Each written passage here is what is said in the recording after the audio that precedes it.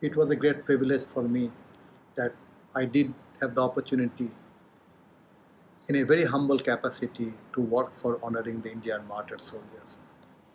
People may not realize the emotion behind my work. I used to work at night, going through all my records, collecting records from Indian headquarters, checking them again, checking their names, checking their age and their glorious contributions, especially their stories of their martyrdom. And tears used to roll down from my eyes. What a sacrifice. We have to go back to 1971 for anything we have to do between Bangladesh and India. But that is the biggest landmark. Our relationship is based on blood sacrifice.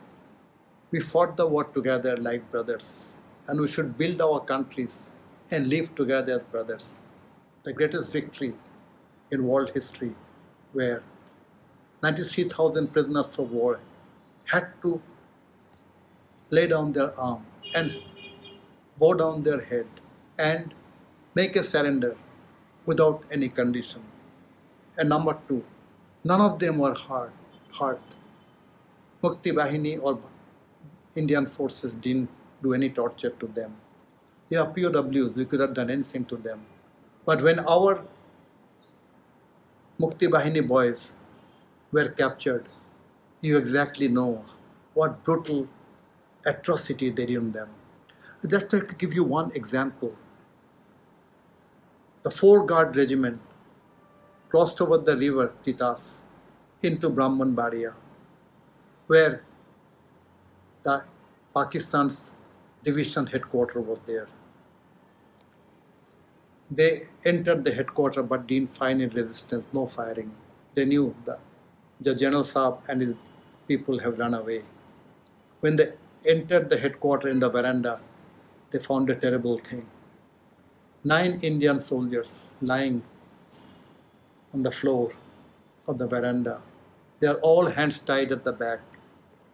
Everybody shot in the head. As they went forward, many dead bodies. They found 61 Mukti Yoddhas, all hands tied at the back. Everybody shot on the head. Because they had 70 PoWs. When they withdrew, after tying their hand, they shot them on the head. Atrocity. They kept on doing more atrocity till the time they surrendered. But here, the blood of Indian soldiers and Mukti Bahini flowed together. They died together in a heroic death. And that's the example of how cruel the Pakistan army and their collaborators were in 1971. That the soldiers of two countries' blood is a testimony of the atrocity of Pakistan army. Today, about 50 years have passed. The new generation of Bangladesh and India do not know much about 71. History probably took a backseat in both our countries. We took the victory as guaranteed, but we forgot the sacrifice behind it. We should motivate our children, our next generation, generations after, as long as you live, in both India and Bangladesh, and tell them why we fought, how we won victory, and tell them how the two countries fought together and how the bondage of blood has been made. No propaganda should make a difference to them. That's what I always want to know and always want to say. I have gone to many institutes in India, many universities, colleges, and in many lectures, and I keep on telling them, let 71 be held in the highest honor. Let us look at 71 and build our countries.